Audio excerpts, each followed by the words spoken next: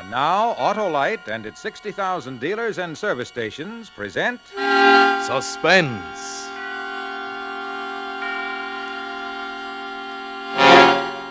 Tonight, Autolite brings you James Mason and Pamela Colino in Agatha Christie's Where There's a Will, a suspense play produced and directed by Anton M. Leader. Friends, have you ever been in a dilemma? I mean, in a fix, like having to get started in a hurry and your motor won't turn over? Well, what you need is an Autolite Stay Full battery, that dandy dynamic battery you can definitely depend on. Why, by Cornelius, an Autolite Stay Full battery needs water only 3 times a year in normal car use. You can say bravura for that aqua pura. Plenty of extra liquid reserve. Yes, sirree. And it has extra plates in every cell. That means longer life and stronger life. What's more, those plates are protected against loss by fiberglass insulation. I can't say enough about Autolite Stay Full batteries, those marvelous marvels with more liquid reserve than Hollywood has stars. So get wise, get an Autolite Stay Full. Remember, you're right with Autolite.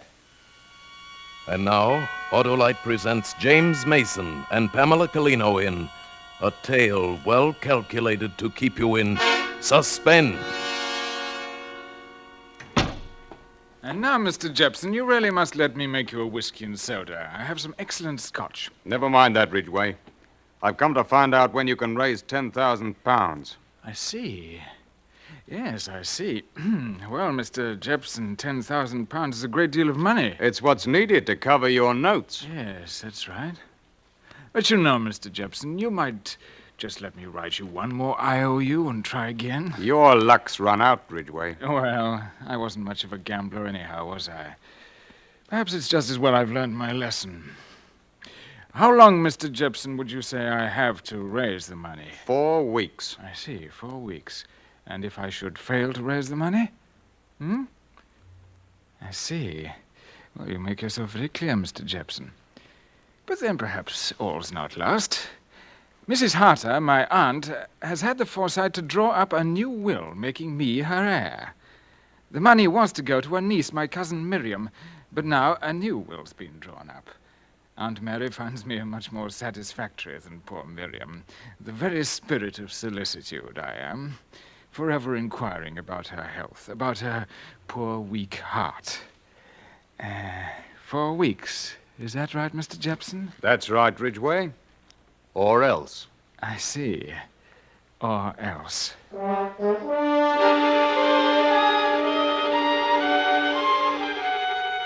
That's when it began. That, plus the fortunate circumstance of the new will in my favor, decided me on my plan. Now, murder wouldn't look right. Nobody else living in the house but Aunt Mary and I, and Elizabeth, the maid. And since I would benefit by 40,000 pounds, no, murder would not look right. Besides, I was fond of Aunt Mary. Well, a day or so after Mr. Jepson's visit, there occurred to me a rather whimsical idea for a practical joke. The first thing was to determine the degree of weakness of Aunt Mary's weak heart, and so I arranged an appointment for her with Dr. Meynell, the heart specialist in Harley Street. Just have a chair, Mr. Ridgway. Thank you, Dr. Meynell. Now, Mr. Ridgway, as you requested, I've gone over your Aunt Mrs. Harter thoroughly. Yes? And there is a heart weakness. How dreadful. But not terribly serious, Charles, Dr. Manell says. But my poor dear Aunt Mary. Dear Charles. Naturally, you're shocked, Mr. Ridgway, but with the least care, she'll live to be 90, I should think. However, her mind must be kept well distracted. Mind distracted? Yes, distraction for the mind and no sudden shocks. That's most important. No sudden shocks. I see. Well, thank you, Doctor. Not at all. Out this way, my private exit. No use going through the waiting room again, eh? Well, good day, Mrs. Harter. Good day, Doctor. Goodbye, Doctor. Oh, I say, Ridgway. Yes? I minimized your aunt's condition just a bit. Didn't want to alarm her. You, understand. Yes, of course. But what I said about no shocks, no frights, most important. A good fright might very well carry her off. I see. I see. Well, thank you, Doctor.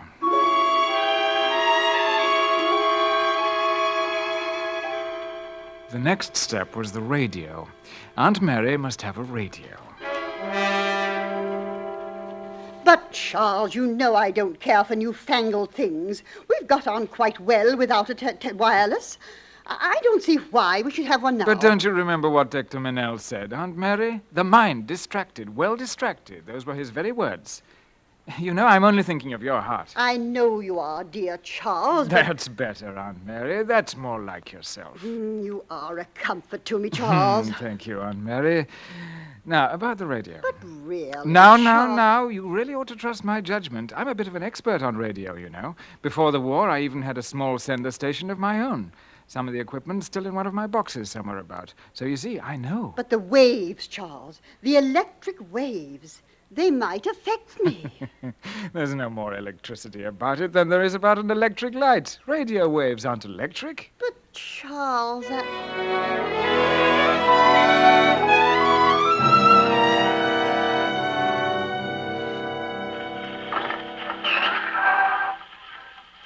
Well, I must say it makes a frightful noise. Oh, we'll have it tuned in a minute. Here we are. What is it? It's Spanish, Auntie. Madrid propaganda.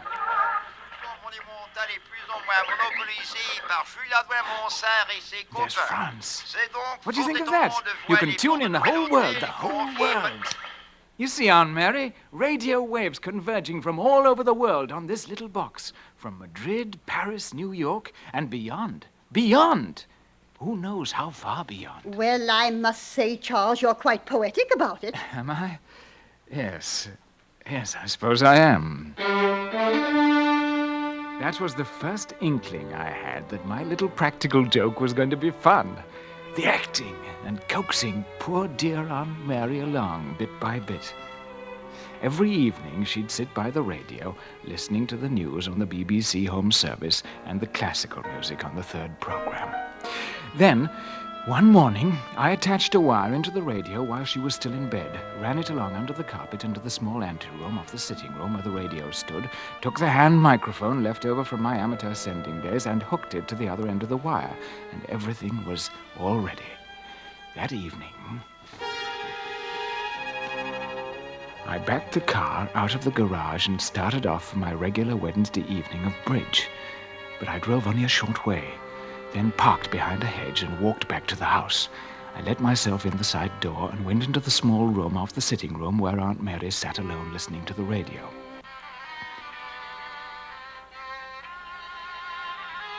It was the third program, a program of Beethoven. I opened the door the slightest crack. The moment had come, and I felt my heart beating with strange emotion. I saw in my mind's eye Aunt Mary and the dimly lit sitting room, and I almost felt the mood she must be feeling as she sat dreamily immersed in the shifting strains of music. I picked up the microphone and... Mary, can you hear me, Mary? This is Patrick. What? This is Patrick, your husband, speaking. From the other side. I am coming for you soon. Will you be ready, Mary? Patrick. Will you be ready, Mary? Patrick!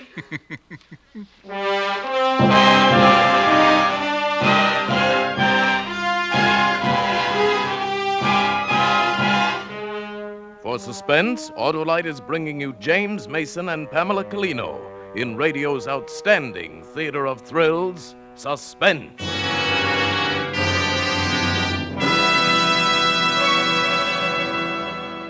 Say, Hap, I spent Washington's birthday telling my young nephew the story of George Washington. What a great man he was. How he always told the truth. Well, that was nice, Harlow. This younger generation should know about George Washington. And to illustrate, I told him how I always tell the truth about Autolite Stay Full batteries. What? Those marvelous, wonderful get-up-and-get batteries with the extra reserve of water. Why, son, I told him a camel is practically dehydrated compared to an Autolite Stay Full battery. Because an Autolite Stay Full battery needs water only 3 times a year in normal car use. But, Harlow, you were telling your nephew about George... Always tell the truth, I told him. Like I tell the people about the punchy power for peppy performance packed in an Autolite Stay Full battery because of that ample sample of H2O. Yes, by Cornelius, I told him an Autolite Stay Full battery needs water only 3 times a year in normal car use. That extra liquid reserve means longer life and stronger life. I told him about the fiberglass insulation between plates that adds months to the life of an Autolite Stay Full battery. Well, I'm sure the kid learned a lot about George Washington. But wait, here's Suspense. And now, Autolite brings back to our Hollywood soundstage James Mason, who will be joined by his wife, Pamela Colino, in Where There's a Will, a tale well calculated to keep you in suspense. After I'd spoken with the voice of Aunt Mary's dead husband, I waited a moment. Then, very cautiously, I looked into the sitting room. Aunt Mary was sitting bolt upright, transfixed. Then a sob broke from her as she looked toward the radio, which was now innocently transmitting the BBC third program again. I had to bite my lips to keep from laughing. But Aunt Mary said nothing about her experience, so I was obliged, the fourth morning after that, at breakfast, to say casually, "Oh, I say, Aunt Mary, Yes, Charles. I was just wondering, last evening, Yes, Charles. Aunt Mary, who's that funny old boy up in the spare room? The picture, that is. You know, the picture over the mantelpiece, the old boy with the beaver and the side whiskers?" Well, really, Charles, your tone is most disrespectful. I'm sorry. It's your Uncle Patrick, Charles, my late husband. Oh, I say, I'm sorry. I'd no idea. After all, I never did know him, Aunt Mary. Very well, Charles. You see, I wondered. It was queer. Queer? What's queer? Are you trying to say something, Charles? Oh, no, not really. It's nothing. Nothing that makes any sense, I mean. I wish you would tell me what it was that made you ask me about the picture of your uncle. Well, if you will have it, I fancied I saw him. Saw him? The man in the picture, I mean, looking out of the end window when I was coming up the drive last night. What? Yeah. And later on, I happened to drift into the spare room, and there was the picture up over the mantelpiece, the same man. It's all quite easy to explain, really. I expect subconscious and all that. I must have noticed the picture before without realizing it, and then just fancied the face in the window. Aunt Mary, is something the matter? Charles, my husband's face. Did you see it in the end window? Why, yes. Why? Only that was Patrick's. Your late uncle's dressing room, Charles.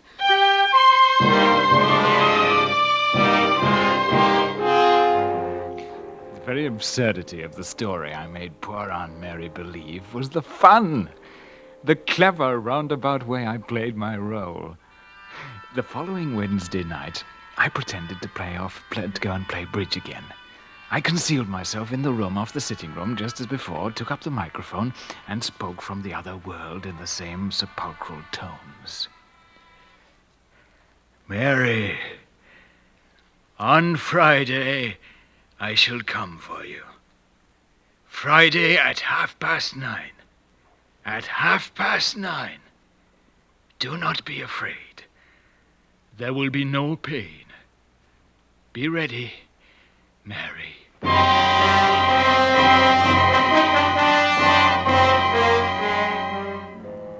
When I came into her bedroom the next morning, Aunt Mary was speaking to Elizabeth in a most businesslike manner. Now, here you are, Elizabeth. I want you to take this letter I've written. Yes, ma'am. I wrote it last evening. If anything should happen, Friday evening. You understand me? Yes, ma'am. Friday evening? But that's my night out. So it is, and you go right ahead. However, if anything shall have happened by the time you get back on Saturday, I want this letter delivered to Dr. Mayall.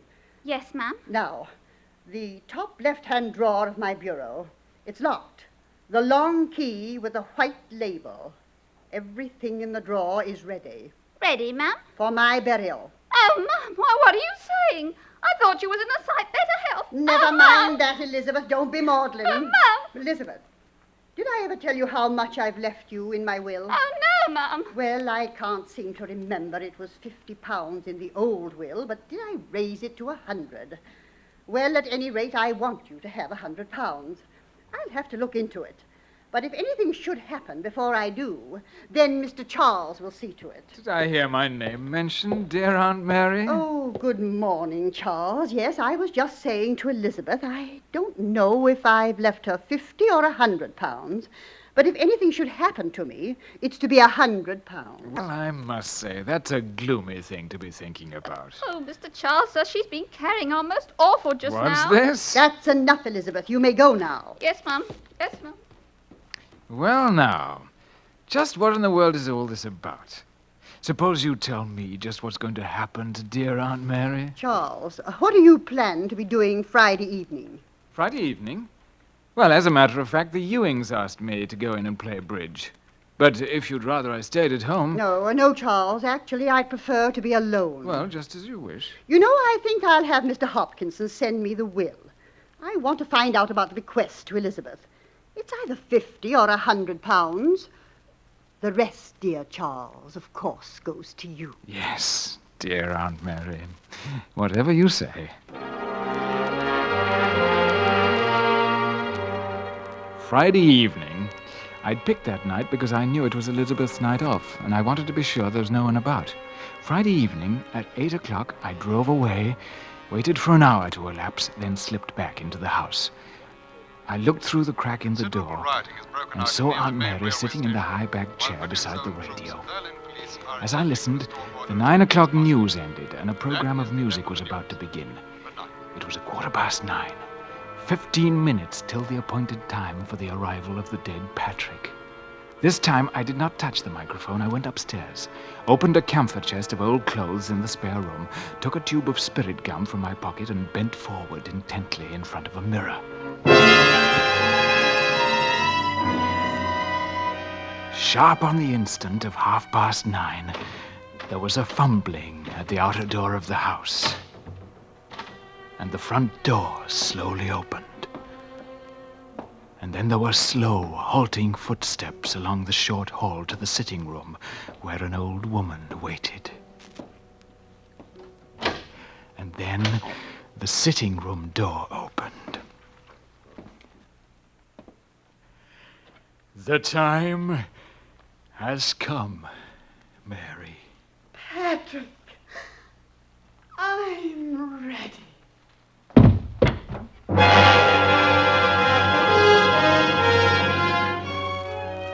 My practical joke had worked to perfection.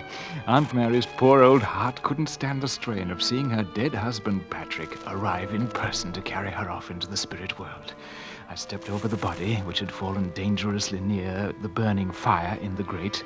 I took the poker and thrust some folds of paper that were lying in the ash into the fire to bring up a blaze, and in the blaze burned the false beard and side whiskers. I detached the wire fixed into the radio and took wire and microphone upstairs. I undressed and replaced Uncle Patrick's old-fashioned suit of clothes in the camphor chest in the spare room where I'd found it. Then I dressed again and went off to play bridge at the Ewings.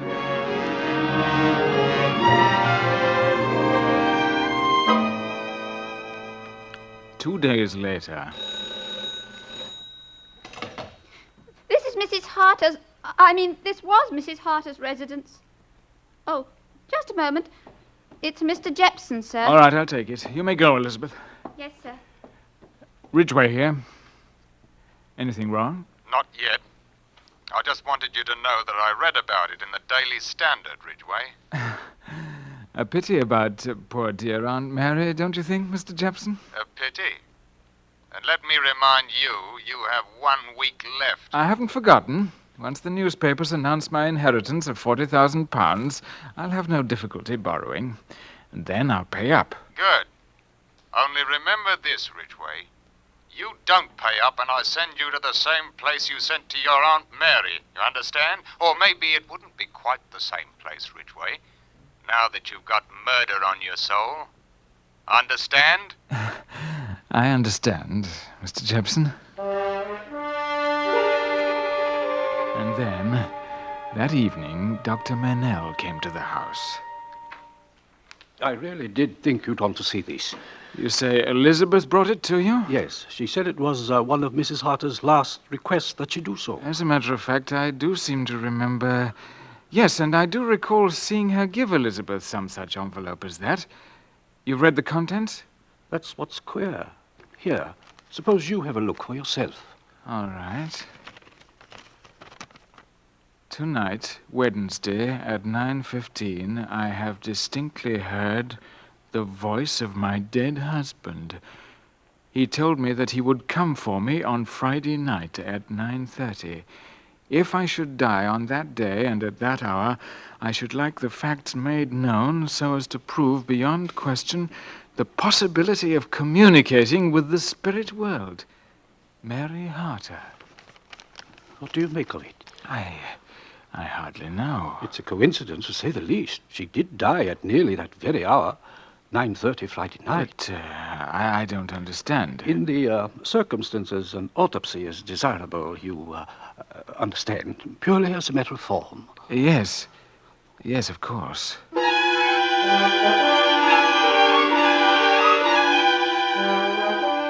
Why not? Of course, everything must be done according to form.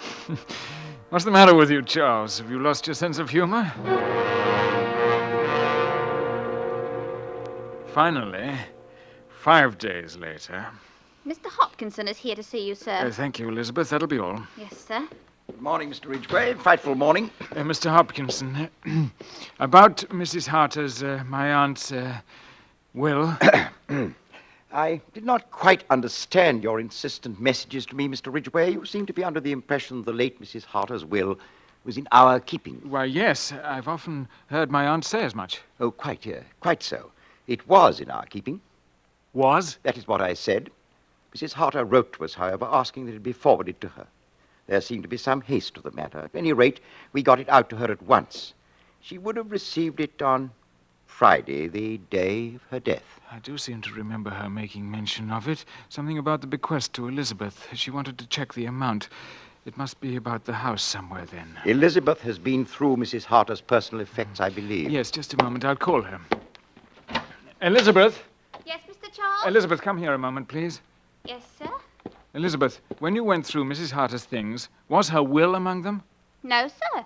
You're sure, Elizabeth? Yes, sir. You see, I know what it looked like. The poor mistress had it in her hand the very evening of her death when she sent me out. You're sure of that? Oh, yes, sir. She pointed out that about the £50 to me, sir. She said as she told you to give me the other £50. Not that I mentioned it to press you, No, sir. no, of course not. The will was in a long blue envelope, sir. Quite right. The same blue envelope, Mr. Charles, sir, was lying on the radio table by her chair the morning after. But empty, sir. It was the envelope in which I dispatched the will to your aunt, Mr. Ridgway. Mr. Ridgway, was there a fire in the grate on Friday evening? Yes, of course. I see. What are you driving at, Hopkinson? I'm afraid, Mr. Ridgway, only one conclusion is possible. Your aunt sent for her will in order to destroy it. What? Yes, Mr. Ridgway. But why? Why?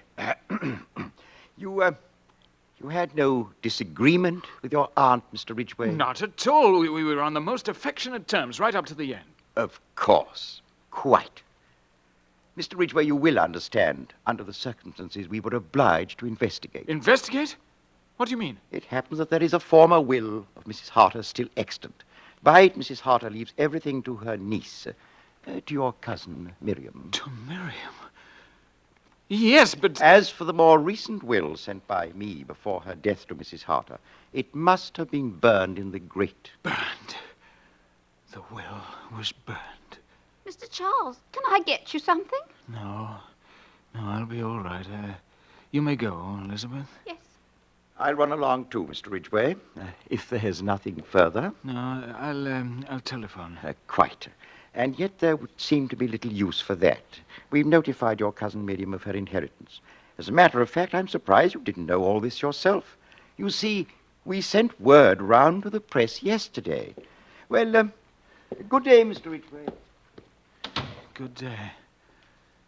I remembered some folds of paper that I thrust into the fire to make it blaze up and burn the false beard and side whiskers with which I'd frightened an old lady to death. And then I remembered something falling. A paper. A will. From an old woman's fingers as she stood frozen in terror too near the fire. I saw the fire again, consuming something.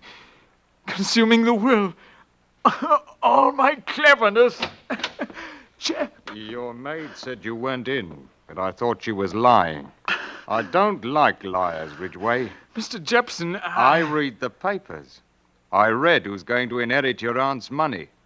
I don't like liars. But I did think I was going to inherit, or why would I have killed her? You killed her? Of course.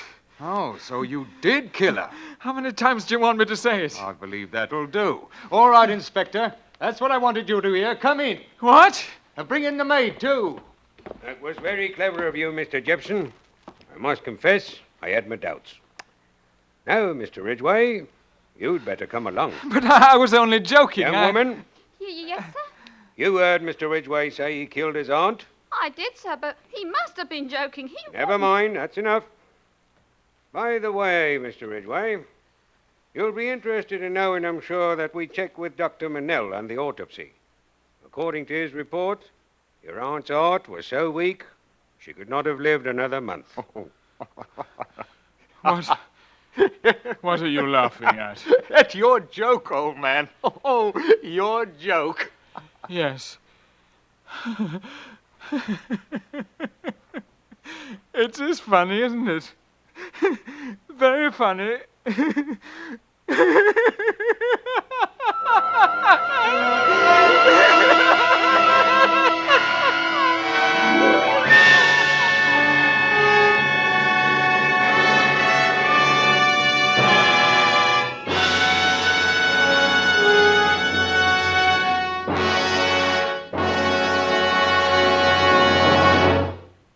Thank you, James Mason and Pamela Colino, for a splendid performance. Now, Harlow Wilcox. Friends, Autolite Stay Full batteries need water only 3 times a year in normal car use. And they're made by Autolite men who make over 400 products for cars, trucks, airplanes, and boats in 28 Autolite plants from coast to coast. Yes, sirree, Autolite also makes complete electrical systems for many makes of America's finest cars. Batteries, spark plugs, generators, starting motors, coils, distributors. All ignition engineered to fit together perfectly, work together perfectly, because they're a perfect team. So, folks, don't accept electrical parts that are supposed to be as good. Ask for and insist on Autolite original factory parts at your neighborhood service station, car dealer, garage, or repair shop. Remember, you're always right with Autolite.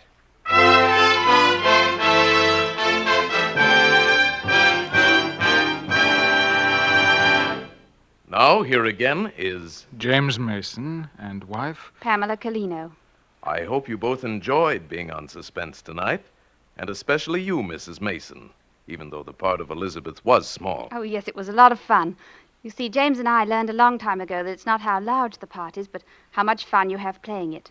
Besides, next time, Tony Leader has promised to find a script for me, in which James can play a butler or a cat or something. How about that, Mr. Mason? I'm looking forward to it. And we're looking forward, too, to next week when Joan Fontaine will star in The Lovebirds, another gripping study in Suspense.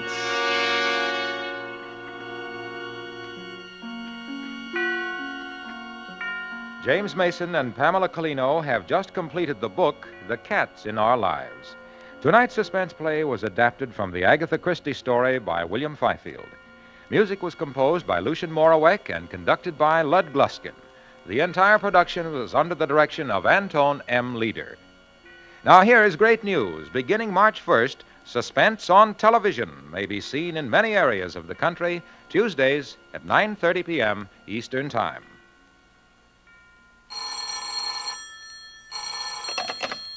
You can buy Autolite electrical parts, Autolite resistor spark plugs, Autolite Stay Full batteries at your neighborhood Autolite dealer. Switch to Autolite. Good night. This is CBS, the Columbia Broadcasting System.